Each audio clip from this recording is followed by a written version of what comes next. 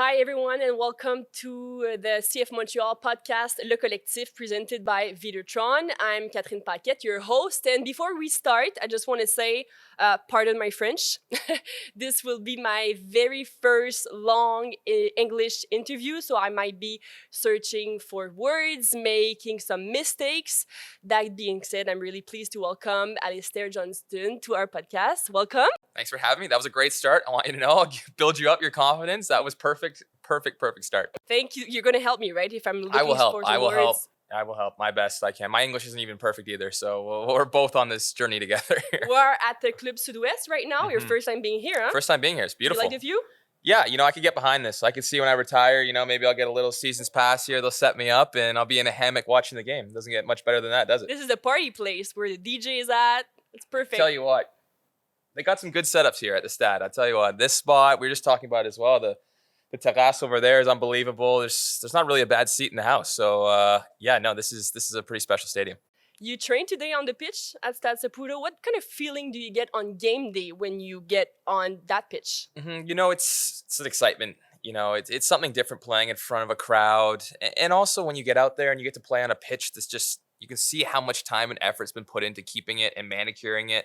In Montreal, from April to October, November. Again, the groundskeeper is doing some magic to keep Bravo, it green. Rock. Yeah, bravo is right. I'll tell you what. No, it's special going out there, and even when you're just going out to train, you can kind of just feel it. You're like, okay, there's been some pretty special moments that have happened here before. You can feel the history of the club, and yeah, going out there when you're playing. I personally love how the stadium still has kind of the metal bleachers, and you can hear all the fans when they're stomping their feet, really getting that atmosphere going. Because when you start to really possess the ball on a team, and you can really hear the crowd getting into it, because you can tell when they're all standing up and stomping. So it's cool things like that that I think makes this place really special, and yeah, such a great place to play. Sometimes I wonder how focused you are during a game. Do you really hear the crowds, or do you are too focused to hear us? I think some guys really are good at blocking it out. For me, I personally kind of like having a bit of it. I like having a bit of a dialogue almost with the crowd, and it doesn't matter if I'm at home or away. It almost is better when you're away, and they're saying, "Oh, Johnston, you suck," all this, and it's kind of fun. And then you'll see me when I'm in the game and we're playing. I won't be listening, but as soon as I go over to take a throw, and I'll be winking, I'll smile at some people. You got to have some fun like that, because at the end of the day, they're coming here to see a show. They want to be entertained, and that's what we are.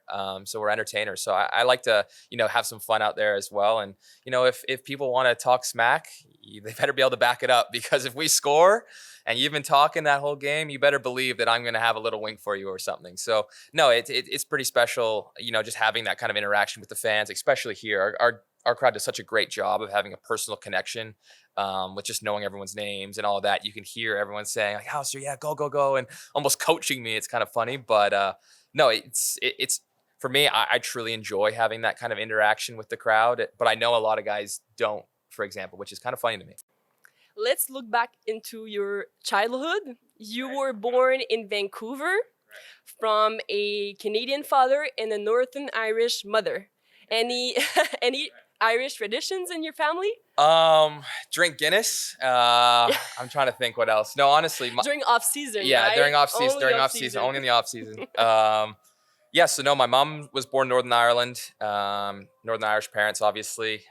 So she brings a lot of British things to the family. My dad's side as well. His parents were also from England, Scotland. So we're a very British-centric family, all in all. And it's kind of funny. My dad's side, even though they are born in Canada, are almost the more British ones with how they act in terms of they're your typical British family. We're watching football. They'll go to the World Cups, drinking pints of beer. My mom's side's a little more sophisticated, as they'd like to say. All the doctors in the family. So what's your father Premier League club? He's a Chelsea fan. Okay. But I'm a Manchester United fan. So growing up, I chose the team that I thought was the best team to go against his, and that was always Man United growing up. We've fallen off a little bit the past decade. It's been a long 10 years, but no, that's still my club. So yeah, no, growing up in a British household, soccer was everything. I mean, I would wake up I can remember at like the age of 5, waking up at 7 a.m. to watch the first game of the Premier League, and all throughout the weekend. And that continued on. And then eventually you learn about Champions League when you get to 8 or 9. Now you're watching that on Tuesdays and Wednesdays, Europa League Thursday. And then, yeah, so it was a pretty football crazy family. which was great. And I was the middle child of two brothers. So I have an older brother and a younger brother. And it was great because I think my youngest brother was the most athletic, gifted one. He was big for a kid, but unbelievable soccer player. And my older brother was the smarter one. So no matter what it was, we always were a 2-year difference, but it was really even. Because so 2-year difference, 2-year difference, three boys. How crazy was it at home? Yeah, I don't know how my mom did it. I don't know how No? my mom did it. Honestly, like, especially the beginning of high school, end of kind of elementary school, when we all had teams to go to, and my dad's still at work, and my mom's trying to figure out, okay, we got to drop you off here. They got to get picked up at this time. Just coordinating that every night looked like an What's her absolute name? fiasco. Catherine. She's Oh, a hero. nice. Yeah, another one. Thank you, Catherine. Yeah, Catherine has gone above and beyond, especially when my dad was on work trips for a week or whatever, going and watching soccer games, and she's stuck at home going, oh, here we go again. So she was a trooper, but yeah, that was what we grew up in. It was a family that was just football crazy. Your family moved to Montreal when you were 4 years old. Yes. Is that when you began to play soccer? So yeah, I moved here when I was about 3.5, I remember. Moved to the West Isle, Beaconsfield, and that was actually where I first played competitive soccer as a team. So With I obviously Lakeshore, huh? played, Lakeshore was my first club.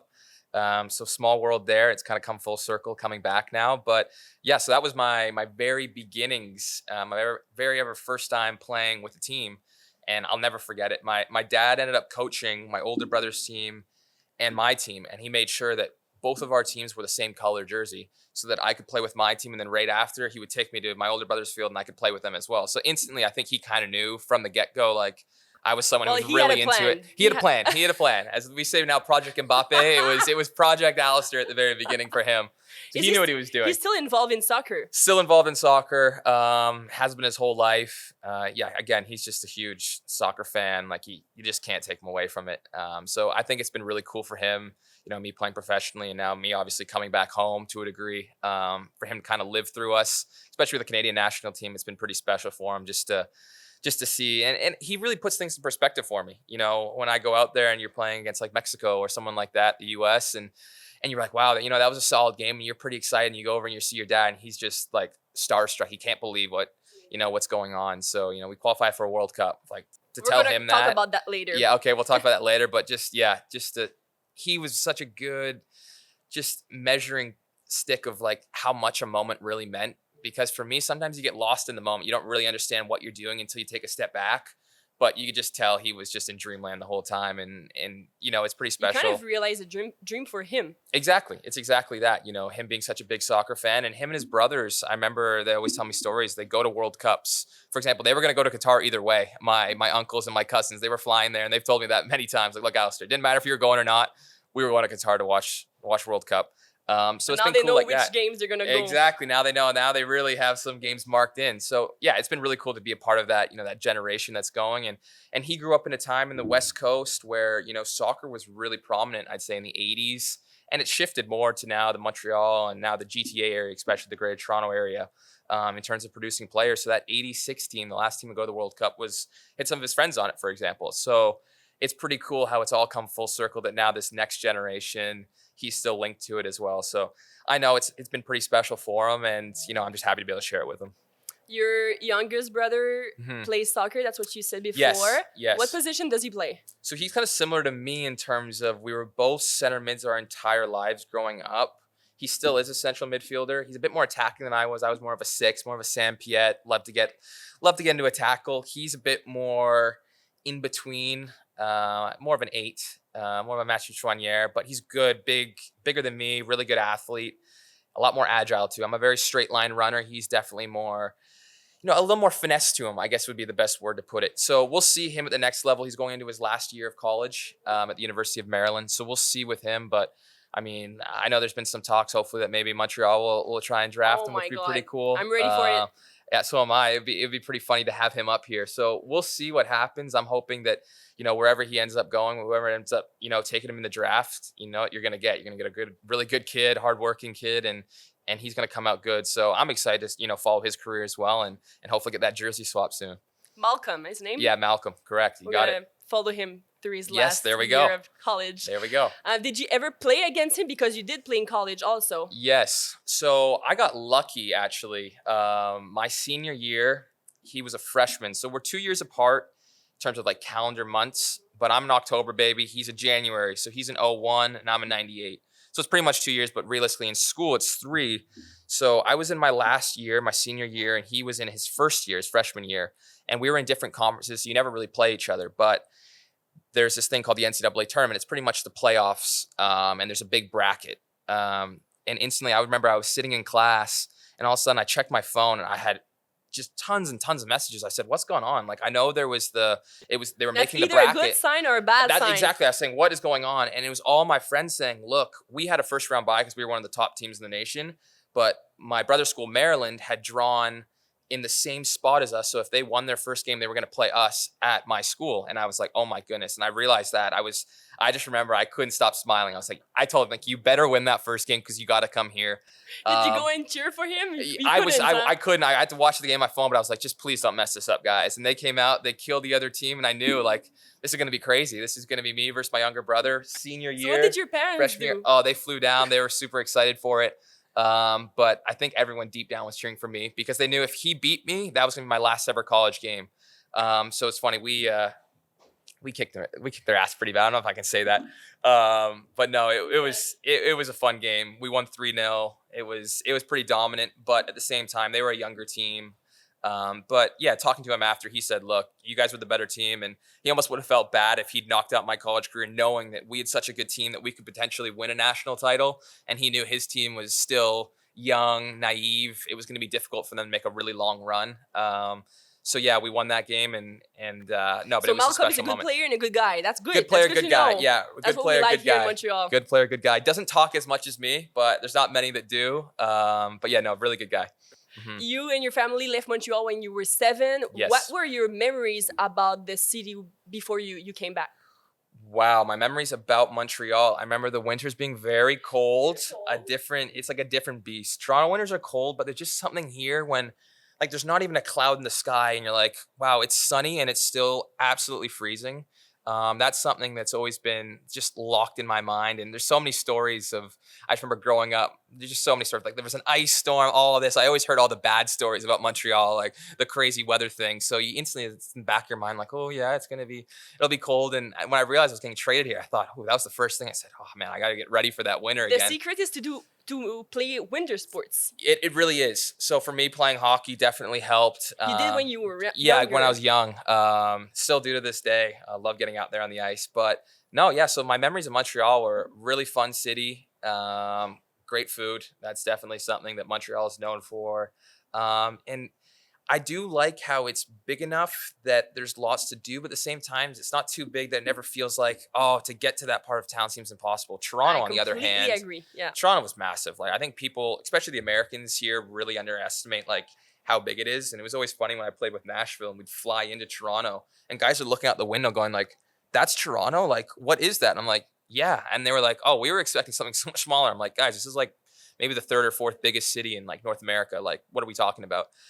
So it's nice. I like this size of city. It's been really enjoyable, and yeah, there's just so much to do. And I get another thing, and I know we've talked about this before, but when it gets warm, everyone is out and enjoying life. It's such a festival city. You only have 4 months of summer. Exactly. So let's enjoy it. Exactly that. And I have to say, it's really impressive. But even in the winter, like, I go up into the pass, up in Montreal, and it's unbelievable how many people are out there just doing different things. Like, I've never even seen these fat tires on bikes, and people are out there in -30 biking. You have to dress in layers. Oh, that's my goodness. The secret. Yeah, very important, very important. But yeah, no, it's been a really fun city, lots to do, and got to keep exploring. That's You told me also you remember the Carnaval de Québec. Oh, that was one of your memories. Yes, that was one of my favorite memories. That's where you ate tire d'érable. Yes. I just learned the word maple taffy. Maple taffy. Yeah, that's probably that's the English way to say it. Exactly that. That was one of my favorite memories. Now that you bring it up, can't believe that left my mind. But yeah, I think it's February or was it January? It's one of the 2 months.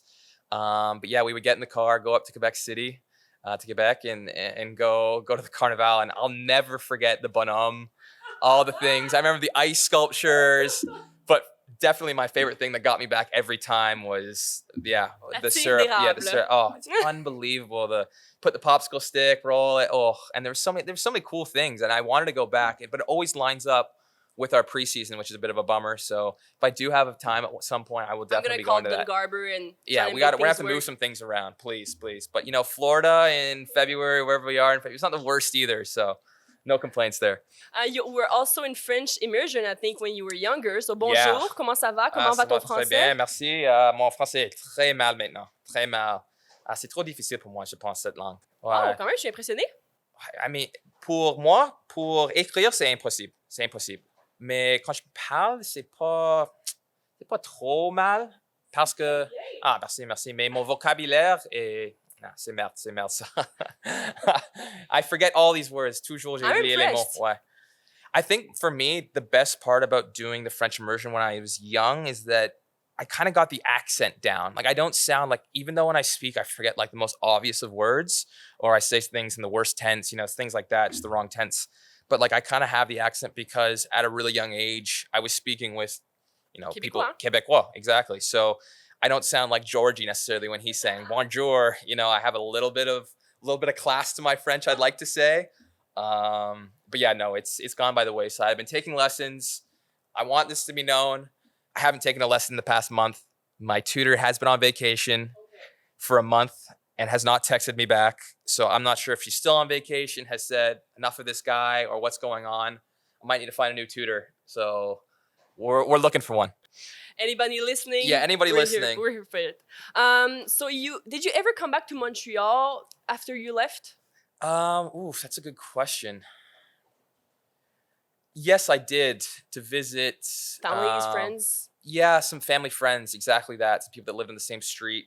But it's funny now. We went back. My mom and I and my dad, we came up here just to look at some of the roads, and nothing's changed. But all the houses have sold. It's funny, a lot of people have moved on. But at the same time, I think back, I'm like, we moved almost 20 years ago. Of course, people are gonna have left. But yeah, no, it's still the same neighborhood. Whenever I go over to Beaconsfield over there and near Kirkland in the West Isle, it's the exact same. It's crazy going up to the same. I remember the elementary school. I remember the tennis courts, which they froze over in the winter to play hockey on. The toboggan hill right beside it, which felt like the biggest hill. It felt like Mount Everest when I was a kid. Now I went, it's only that big.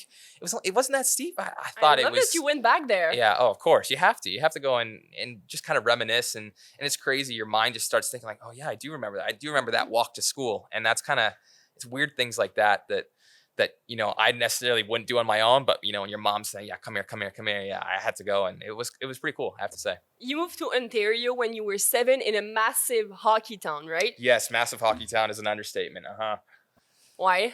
I mean, that's just the number of NHL players and just stuff that's come through there. The guys who have come through there. Yeah, I mean, for example, Connor McDavid grew up 5 minutes from my hometown. I think he just bought a house in my hometown. Yeah, it's a pretty nice house I think he bought. But yeah, no, I just remember, for example, growing up, I played the Aurora Youth Soccer Club, and it was funny. We got to about the age of 13, and this is the big year where AAA hockey decides, hey, the coaches start coming. Huh? They go, look, we're going to go full year round. And soccer at this point was starting to go like, look, we want to go full year round. So our whole team had a decision, my soccer team. And I mean, out of the team, there was probably 20 of us.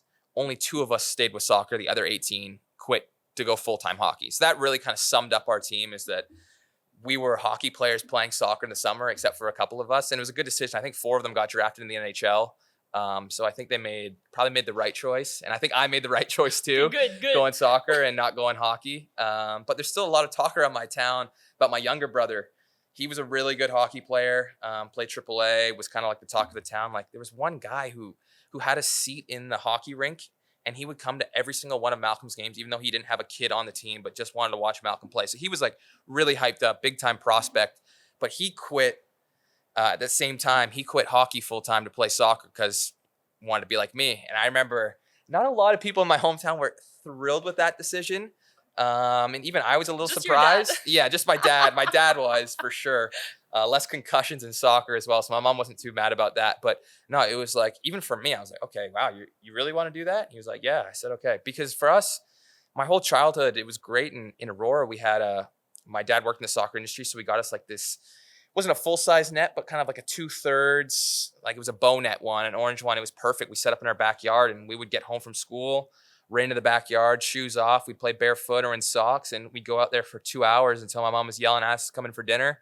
Boom, dinner, then off to soccer practice. And that was kind of our lives, that we just did that every day. And it definitely helped me get to the level that I am, but it wasn't a chore. It wasn't like, oh, I got to go out and train. It was more like, let's just go out, let's go out and have fun. And we'd be, crossing in balls, going for bicycle kicks, trying to recreate things and dreaming about playing in World Cups, for example, or playing in Champions League finals. So do you feel like having cool. two brothers helped you being a better soccer player? Yes, for sure. I mean, being the middle as well, it's like a mentality thing. You never really get anything first. The older brother gets everything first, and then the younger brother's the prince, the princess, the baby. He's the one that gets, everything on a silver platter. In French, we say chouchou. Chouchou? Right. Well, he was that. He's the one getting silver spoon fed, and as the middle child, you have to fight for everything. And that was definitely the case kind of with our family a little bit. And my brothers are going to say, he's lying, but it's true. It's true. So it made me really have to figure out different ways to get attention, to get what I wanted. And that includes sports, and really how to get along with people. And it was such a competitive atmosphere just from the get-go. Everything we did with three boys, being that close to each other and all being very athletic, everything was a competition, whether it was basketball in the front yard, roller hockey, whatever it was, soccer in the backyard. It was constantly competition. I remember our next neighbor had a trampoline. As soon as we got on it, boom, we've made up a game and it's a competition. Contest. Exactly. It was always something, and it always ended with one of us nearly knocking the other one out. And the classic one is us playing basketball. And Catherine being discouraged. Oh, she just... she was like, oh, not again. She knows. She's in there. She's gone, yeah, here we go. And she'll always be the one... You could hear it. You can hear the tension building up outside, and all of a sudden, one of them will hit a shot. Like Malcolm was the king of this. You would hit a shot and say, I won, and then sprint inside into the garage. And he knew that same time, I was going to be running to pick up the ball to try and hit him with it. So he would try and open up the door into the house from the garage and close it before I could whip it. And so many times I've thrown the ball into the house and my mom's just like, these guys. And we go up, shower, just decompress a little bit, and then come down and she'd be like, okay, we're good now. And everyone's like, yeah, we're good. But that was the thing. It was always really competitive. It would come into the kitchen a little bit for a couple minutes, but then it would be, okay, we're good again. But that's what you need to have as a competitive athlete, professional athlete. So that's why I'm really sure that he's going to do very well at the next level, just because he's a mini version of me, a better mini version of me. So, I mean, if I've made it this far, I think he can go. I mean, the sky's the limit for him. What's your favorite spot or place in Montreal? Oof, this is a good question. I'm a big outdoors kind of guy. Love going for bike rides. Love just kind of exploring a little bit. I've really enjoyed Old Montreal, Old Port. Is that what you do in your days off? Yeah, I'd go down there. Like, I love just biking down to the water and kind of going up and down. And it was cool. A couple of weeks ago, my younger cousin was in the Worlds. They had a triathlons at the Old Port. And she was down there and just kind of experiencing that and seeing everything going on at the Old Port. It's such like a cool just atmosphere you can have there with the buildings, the cobblestone, all of that. And yeah, just being around the water, it's so nice. But also I live right beside Montreal, so you have a lot of athletes in your family. Oh yeah. Your cousin Yeah. She finished 23rd in the world for her age group. She was 16 years old, and in the under 20s, she finished 23rd in the world. I said, that's pretty good, I think. So yeah, a lot of athletes. It's just kind of in our DNA, I guess, at this point. And again, it's just the whole family. Everyone's just so competitive, whether it's in the classroom or on the field. Like, that's why I love just our family dinners when we're all together. I mean, just the quick comments, the snarky comments. Everyone's constantly having a go, and if you're not fully up for it, like people will find out and they'll have a go at you, which is kind of it's different. It's not like most family dinners where they just turn on the TV and don't do much. We're constantly pushing each other, and that's something that I've just gotten so used to. But yeah, that's just kind of my family. And in terms of spots again in Montreal, I think my favorites would be probably, I love going up onto Montréal, the top, just going for a walk up there. I know Lake Castor up there, all that kind of stuff. There's just some really cool spots. And then obviously anywhere on the water, it's nice to be down there. Got some great bike paths, can take you up and down, and wherever there's a tennis court, I'll be there as well. I got my membership, been playing, getting ready. We got the Rogers Cup coming up in, what is that, next week, I think, or 2 weeks. Yeah. So I get my forehand ready for that. And your girlfriend also plays tennis. Yes. She's a really good tennis player. Yes. So she played, she's a 5-star recruit, like one of the top recruits in the nation. And she played at the same school I did, one of the top tennis schools. And she just finished her 4 years there. So it's always fun. My off days when everyone else is, laying in bed super sore or nursing a hangover, I'm out She's at the like, tennis come court. on, let's go play. Let's go. I reserved the courts. I'm like, okay. And so it's always 1v1, funny. who wins? Oh, I mean, she kills me. Oh, yeah? Absolutely kills me. So it's always exhausting for me. So I'm just running side to side, just trying to get a ball back. And yeah, so there's been a really good hypothetical question going around the locker room lately. And everyone's been posing it to me because they know I'm the tennis guy. But they say, look, we give you 20 pitches against an MLB pitcher or 20 serves against Milos Raonic. What do you have a better chance of doing? And I've told the guys, they all said, like, look, I think for sure the tennis. And I said, guys, look, you're not returning a tennis serve, but you're also not hitting a baseball from an MLB pitcher. It's neither. You're getting none. And they're like, oh, like, we'll pay your girlfriend to come out and serve us. I'm like, guys, you don't want that. So I've sent them videos of me trying to return serves. It's hilarious. Like, the ball comes at you so fast, but it's one of those sports I started playing when I was really young. And every once in a while, we'd go out with my brothers. It was a big summer activity. We'd go to the field, play some soccer, and then some tennis after. And it's one of those ones I wish I had taken up more. Like, I'm at a decent level, but it's not nearly good enough. And that's kind of my goal. And me and my girlfriend have talked about is that, look, I want to be good enough that our mixed doubles team, when we get to the over 35 age group, we're going to be the top. I want to be elite at that. So I just got to get my serve game going, really get good at the net, the poaching, my ground stroke. But other than that, no, So now we're looking for a French coach and a French tutor and a tennis coach, right? Yes, I wouldn't mind another tennis coach. I mean, my girlfriend is a coach, but it's getting a little heated sometimes when I'm out there. I've ripped my necklace before because I get so she's like, what do you do? Like, why do you expect to hit that ball like Roger Federer does? Just because you watched a YouTube video of him before you came here doesn't mean you're at that level. And I'm like, I know, but it's the nature of it. You're just a competitor in every aspect of life. And she gets that. You were drafted by Nashville in 2018. You played 2 years there. Do you have a favorite country artist?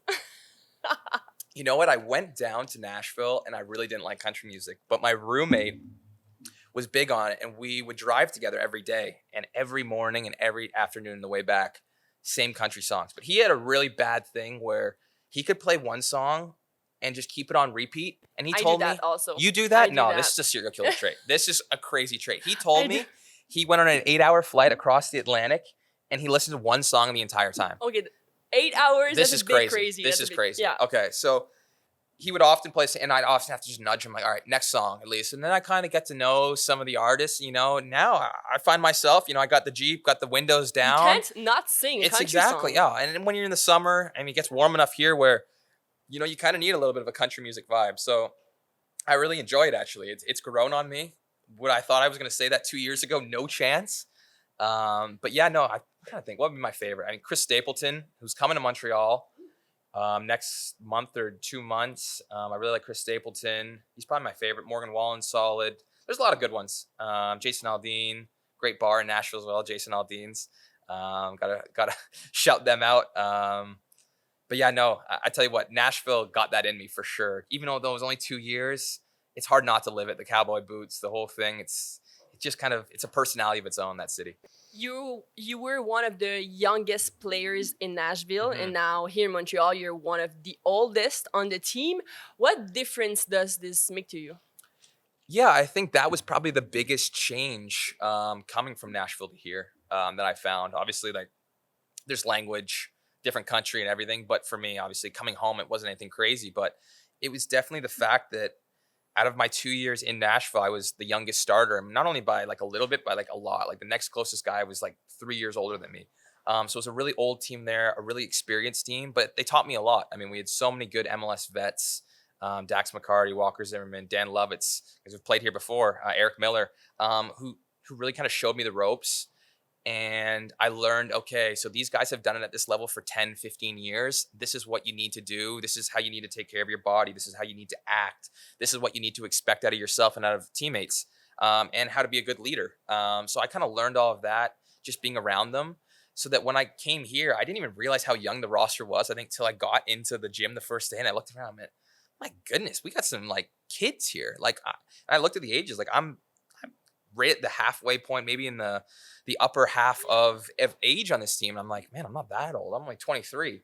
So it kind of puts things in a different perspective where you go, wow, this is cool. Now I can kind of be that mentor that I experienced in Nashville, being the young guy. Now I can be that older one that can share my experiences. And also coming in now being, a full international with Canada.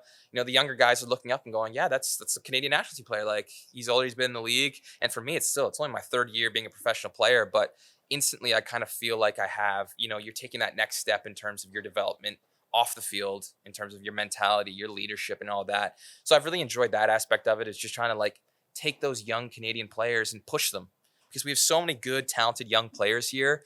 And I know that not only if we push them will it be better for CF Montreal, it'll also be better for the national team. It'll be better for Canada soccer just in general. So, trying to take on that leadership role is something that I've really, aspired to do. And it's been great, being with Sam Piet, Kamal Miller, guys who have been in that role.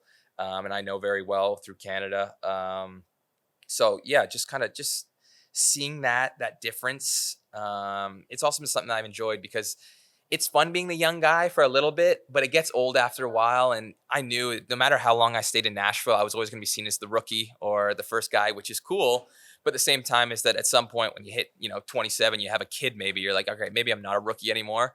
But always to Dax and Anibal Godoy, guys like that, I'll always be a rookie. So, you were ready for something Yeah, else. I was ready. I was ready for a different kind of environment. You play different positions on the field, yes. Center back, right back, wing back. What do you like about that flexibility that you have? It's a blessing and a curse. Mm-hmm. I think it gives, our coaching staff a lot of options in terms of, okay, we're playing this team. They have, this is a threat. Where should we use Alistair to best maximize our potential in this game? So I see that as, something that can be really beneficial. And I think that how John Herdman used me with Canada has really kind of pushed it, because he showed that, look, we can use Alistair as a right back defensively, and then he can be a right center back in possession or a wing back. And I think it kind of pushed the norms and pushed the boundaries of what people expected out of me. And I think that helped. I think that's why Montreal was really interested to get me as well, was they saw that flexibility and they saw that, you can do a lot of different things tactically with me on the field. So that's something that I've kind of enjoyed as well, is just pushing myself, because I am such a soccer fanatic. Like being able to challenge yourself tactically into doing different things is something that people who really love the game like I do, that's something that, it's a bit of inspiration. It's like, okay, yeah, let's push some boundaries here. Let's see what we can do. But in terms of like favorite position and stuff like that, I mean, honestly, I enjoy playing right center back. But at the same time, like playing full back or wing back, I love it too. I love getting assists, love getting crosses in the box, but defending still is my bread and butter. There's nothing like the feeling of putting in a good hard tackle or shutting someone down. And that's something that I know that to get my game to that next level, that's where progression continually needs to be. I need to be one of the best defenders in the league, 1v1, and then, attacking, just making better decisions and really adding a final element on the ball can make me that next level player. So that's kind of, where I'm looking towards in the future. It's a big, enormous year for you. With the club, yes, we're doing great. Yep. But also with the national team, you're going to the World Cup with Canada for the first time in 37 years. Yep, close 36. Yep, you're on the money. What are your goals, expectations for yourself? Again, it's such a tough one. Like, you almost got to pinch yourself that we're going. I think us as a group, we're really sneaky confident. We don't need the rest of the world to know that, oh yeah, these guys fancy themselves. But deep down, I think we know we have talent. We know that we're a handful to play against. And when we're on, we can beat anyone. And we truly believe that. We have the athleticism to match anyone in the world. And also, I think the tactical flexibility, with just our ability to change shapes mid-game and give teams different looks, so that they can never really get into a rhythm. I think that's something that's so important, especially against these teams that might be a little older and used to playing a certain way and have been doing that for, year after year, coming up against us where we're a bit of a wild card almost. You're not really sure what you're going to get. That can go to our advantage. And of course, when you have top end talent like Jonathan David, Alphonso Davies, guys like this, all it takes is one play. So we're excited for that. And for me personally, it's just go out there, enjoy the moment. Don't let it get to you and make it feel too big, because it is going to be crazy, going up against Belgium, going up against Hazard, Kevin De Bruyne, guys like this. It's going to be like, whoa, this is an unbelievable moment. And, you grow up, you always watch the World Cups. It's the biggest stage in the world. And to think that, potentially I'll be on the field playing for that and representing my country. Did you ever dream of going to the World Cup when you were younger? So that was the thing, is like when I was in the backyard playing with my younger brother, it was always dreaming of playing in a World Cup, but I always had to dream that I was playing for England. I never even thought to dream of playing for Canada, because it felt so unrealistic. It felt more realistic that I was going to make it to a World Cup playing for England than it did making it to a World Cup playing for Canada. So that kind of puts things into perspective with how far things have just changed over the past decade. So to be a part of that has been so exciting, to be a part of that change. And that's kind of what we want to do as a group. We understand how much of an opportunity we have to really switch the storyline and just what everyone thinks of soccer in Canada. Everyone just thinks, oh, it's a hockey country. Soccer's just an afterthought. But we have a really big chance to really push to the forefront, because when you look at it, Canada is so multicultural, so diverse. You look around everywhere. You go to a World Cup, Italy's playing, everything's packed. Portugal's playing, everything's packed. Okay, I love that you're cheering for, your country of, your birth or wherever, but we're in Canada now. Think about if Canada's at that World Cup. Now we have everyone cheering for Canada. Like, the soccer fever is there. We just haven't given them a reason yet really to cheer. The women's national team's done unbelievable and given everyone a reason to cheer. And now it's our turn to step up, and this is our opportunity. So I'm just really hopeful the country just embraces it, enjoys it, has as much fun with it as we are, because it really is a really special moment. But we don't want it to be a flash in the pan. We don't want it to just be a one-off thing where, we go to this World Cup, then we host one in 2026, and then you don't hear from us for another 36 years. We want to set, the structure, the foundation, so that this becomes something that isn't just once in every 40 years. It becomes something that is expected. And, we have a chance to do that with this group and really setting the foundation. And that's why it's so important. Like, the young guys in our locker room, is that you're not just doing it to help them, but you're doing it for a bigger cause, is that they're then going to learn better habits, be better players, and then pass it on to the next generation. It's a continuous thing.